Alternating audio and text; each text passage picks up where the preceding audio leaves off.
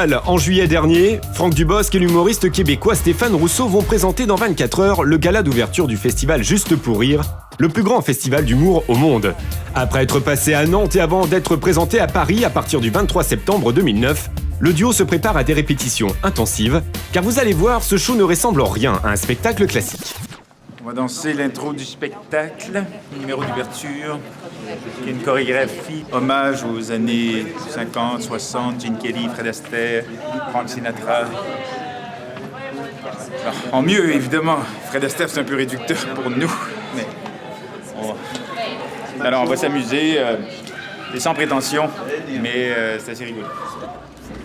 Alors, les voici, Franck Dubosc et Stéphane Rousseau. Bonsoir mesdames! Bonsoir messieurs! Bonsoir! Montréal!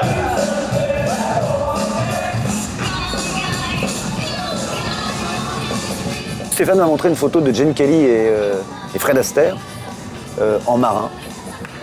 Dans une comédie musicale, mais on s'est dit ça c'est Hollywood, c'est les années 50-60, on adore ça, on part là-dessus. Permission accordée, on se permet tout, on rit, on a des invités. Nous, on va essayer de faire un maximum de sketchs à nous, ensemble. Il nous faut 5, 6, 7 numéros, peut-être, plus que d'habitude, en duo. Donc voilà, c'est parti comme ça, puis on a écrit.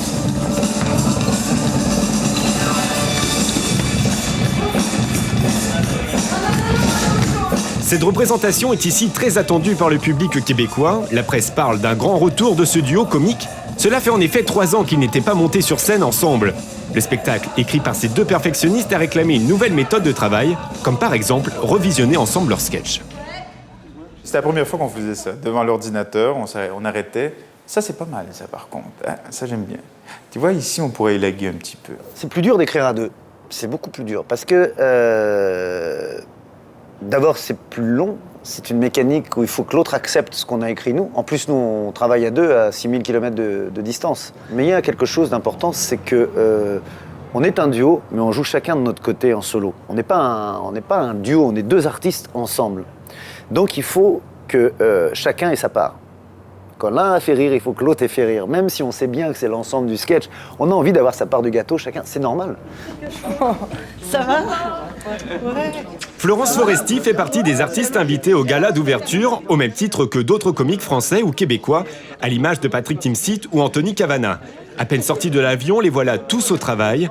L'entreprise est gigantesque, car tous ces artistes vont devoir interagir entre eux. Le fait qu'il y ait des liaisons, le fait que tout le monde travaille ensemble, on se retrouve à être très heureux les uns pour les autres, à se conseiller, à parler, avoir une petite réflexion si on nous le demande. Et donc, c'est ce qui fait qu'on fait un spectacle. Un peu Florence. Excusez-moi. Ah, pardon, bah oui, j'ai fait au mieux. Pardon. C'était bien ou pas? Bonsoir. Bien, sympa, les gens rient. Ici, les trois acolytes répètent un sketch de western. C'est aussi le moment pour faire le point sur le texte. Nous sommes au Québec, et ce qui fait rire à Paris ne fait pas forcément rire à Montréal. L'amour qu'en France. Non, mais en France, c'est drôle, mais la changé. T'es une grosse momogne. Tapette. Voilà. Grosse C'est pas mal ça. Moumoune. Grosse tafiole, enfin tu vois, en France, Moumoune, ça sera. Charles Bronson est une grosse. Momogne. Non, moi, mais pas du tout. J'ai dit Charles Bronson s'est rasé la moustache. Quand on ne sait pas parler québécois. Pour un Québécois qui va arriver en France, là, il faut bien l'aider. Ou un Français qui arrive au Québec. Des fois, on est convaincu, on se dit ça, non, il n'y a aucun souci. Je l'ai vu, mais tellement de fois, d'un côté comme de l'autre. Des gens qui disent non, non, t'inquiète. Je dis d'accord, amuse-toi. Puis, mais de grands noms, autant québécois que français, qui se sont pris des bides, mais des bides, puis tu y crois pas. Des mégastars qui arrivent de l'autre côté, mais qui n'ont plus de repères. Là, évidemment, ils n'ont plus de salive non plus. Ils n'ont plus rien. Les jeunes, quand ils arrivent ici, ils disent non, non, on leur dit tu veux adapter. Adapter, ça ne veut pas dire traduire, hein. C'est juste adapter. Non, non, ça va, ça passe. Il joue une fois, et le lendemain, il dit bon, qu'est-ce que je peux changer C'est normal, parce que culturellement, les gens, on n'a pas. L'humour n'est pas universel. Les choses tristes, oui. Oui, on se voit maintenant. On peut reprendre un petit peu avant. Revenons à l'entrée des garçons, à Sylvain. Nous sommes à quelques heures de la Générale. Désormais, c'est au théâtre Saint-Denis qu'ont lieu les derniers peaufinages. José Fortier met en scène ce spectacle. Le show dure plus de 2 heures. Et le défi ici est de gérer une multitude de contraintes. Bien, la plus grande difficulté, c'est de réunir autant d'artistes. On a une dizaine d'artistes qui ont tous leur numéro particulier. Donc, il s'agit de bien les placer. Ce qui est très difficile dans un spectacle comme celui-là, c'est de bien faire le conducteur, de savoir qui démarre, faire une pause là, mettre la musique là. On réussit à monter des spectacles qui normalement prendraient 3 jours à monter. On les monte en une journée, quoi, en 10 heures de travail. Ça, c'est l'autre grande contrainte. Pendant que José Fortier s'accorde quelques minutes de repos, en coulisses, le trio Foresti, Dubosc-Rousseau endosse un drôle de costume. Le sketch du western prend forme. À quelques heures de la première, on répète sans relâche, car vous allez voir, rien n'est vraiment acquis. Ouais, c'est vrai. L'air de queue. Merde. T'as perdu ta queue dans ce soir de gala. Recoudre la queue du poney, ou encore ne pas trop postillonner sur scène. Bref, faire attention à tous les détails. L'idée d'un gala, c'est de se mettre en danger. Alors, on peut bosser un spectacle sans fin, mais ça ne veut pas dire non plus qu'on va l'améliorer. On peut l'affaiblir à force de le travailler. Il faut savoir s'arrêter. C'est comme un tableau. On peut tout gâcher d'un mauvais coup de pinceau. Alors, c'est pareil avec le spectacle. Il faut savoir s'arrêter aussi.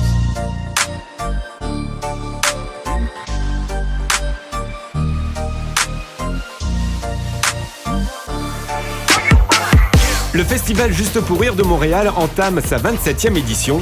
Ici, des rues entières sont bloquées à la circulation pour laisser place à diverses animations portant l'humour en étendard.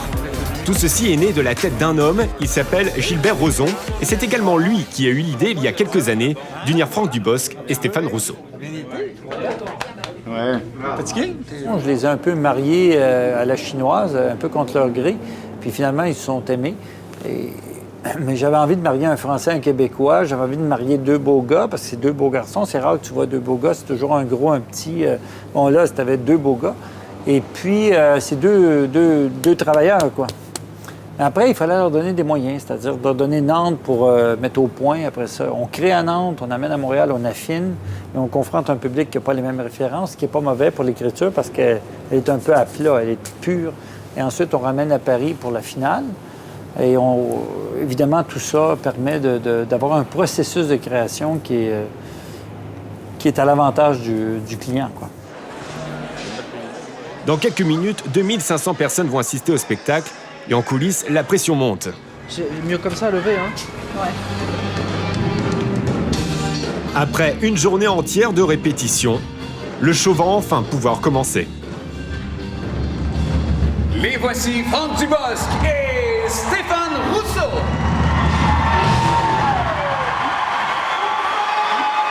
C'est beau, là. C'est beau, ça.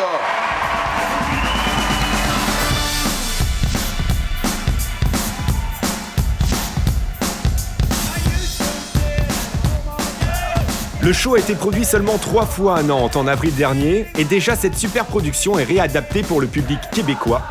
Le spectacle est sans filet.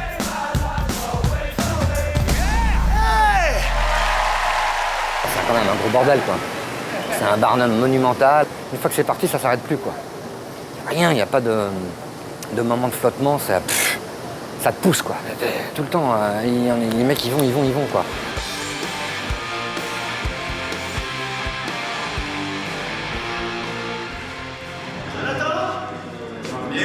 Jonathan! Parce qu'on attendait les retardataires! Jonathan! Il est quand même seul. Tu crois? Jonathan! On t'attend! Excusez-moi, les gars, je suis désolé. Bonjour. Je suis pas prêt. D'abord, j'ai pas eu le temps de me changer. Puis, c'est la première fois que je viens, je peux pas passer en premier. Ils me connaissent pas. Moi, je ne connais pas leur dialecte. La différence entre le public montréalais et le public parisien, dans le même type d'événement, le public montréalais te donne 2 minutes. Quand il ne te connaît pas, il te voit arriver, il voit un inconnu, qui peut être une star en France, mais pas connu ici. Ça va être « Ah, c'est qui, lui? C'est un nouveau? Tu le connais? Tu connais pas? Ah, ben, on va voir. » 2 minutes. Si dans 2 minutes, il n'est pas drôle, au revoir. Bon voyage. Et le public parisien, lui, c'est l'inverse. C'est s'il ne connaît pas, c'est fermé. C'est qui ce con, hein? Hein? Il est où Bigard, là, et Gad et Jamel? On connaît pas, lui. Donc, quand t'es inconnu, il faut que t'arrives... faut que tu défonces tout, que t'arrives avec des grosses vannes. Et dans les 2 premières minutes, il faut que tu sois super drôle. Et là, le public parisien fait ça. Et là, il te prend dans ses bras, il t'accueille. Ouais. Vous avez vu Barack Obama, il s'en prend aux banques américaines? Super, hein? C'est drôle, pour une fois, un noir attaque une banque et on le remercie. Les sketchs fonctionnent, José peut enfin se détendre. Le pari est en passe d'être réussi. Il y a encore quelques heures, certains numéros n'étaient toujours pas acquis. Et pourtant, la magie de la scène opère. 5, 6, 7, voilà, mon moment préféré au monde, l'étoile. Je récite en ligne. Arrêtez! Couchez-vous! Couchez-vous!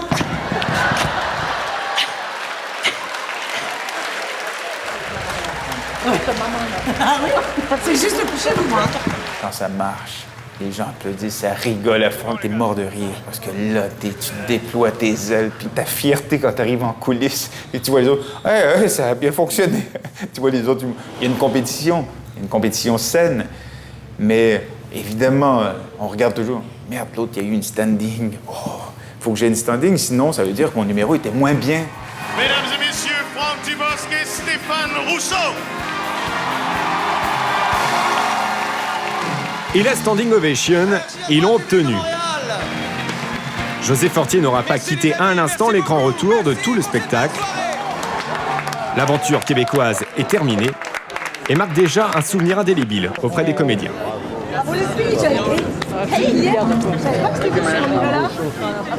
Ça, ouais, je vais le garder longtemps dans la tête, je montrerai les images à mes enfants. Parce qu'il faut être con pour se mettre le cul dans une peluche quand même, non? Mais qu'est-ce que c'est drôle. Désormais, le spectacle est rodé. Paris verra donc la version la plus aboutie du show. Après la représentation, certains chantent, et d'autres, en revanche, sont encore sous adrénaline. Patrick Timsit et Florence Foresti ont improvisé pour nous un sketch que l'on pourra nommer « Interview impossible ». Mon mari ne souhaite pas répondre à vos questions. Quoi? Je sais que t'aimes pas ça, chérie. Excusez-le. Qu'est-ce qu'il y a? C'est pas prêt, c'est bien. Non mais là, le plan est bon, hein. On est bon, faut pas trop près. Quoi encore? Tu surveilles tes questions. Qu'est-ce qui s'est passé quoi? Quoi? De quoi elle Mais de quoi? Je sais pas, le mariage. Qu'est-ce qu'il y a? Très bien. Ah oui? Mon ami, il a mis son œillet. Voilà, j'ai mis mais- mon... Ouais. Bien. Alors? C'est quoi ces questions? Oh là là, bon, travaillez. Oh là là. Ah non, mais c'est pas possible. Quoi? Vous avez une question? Voilà, alors, posez-la parce que ça devient pénible. Alors? Que nous... Mais non, on a pitié. Arrête, on va pas t'embêter.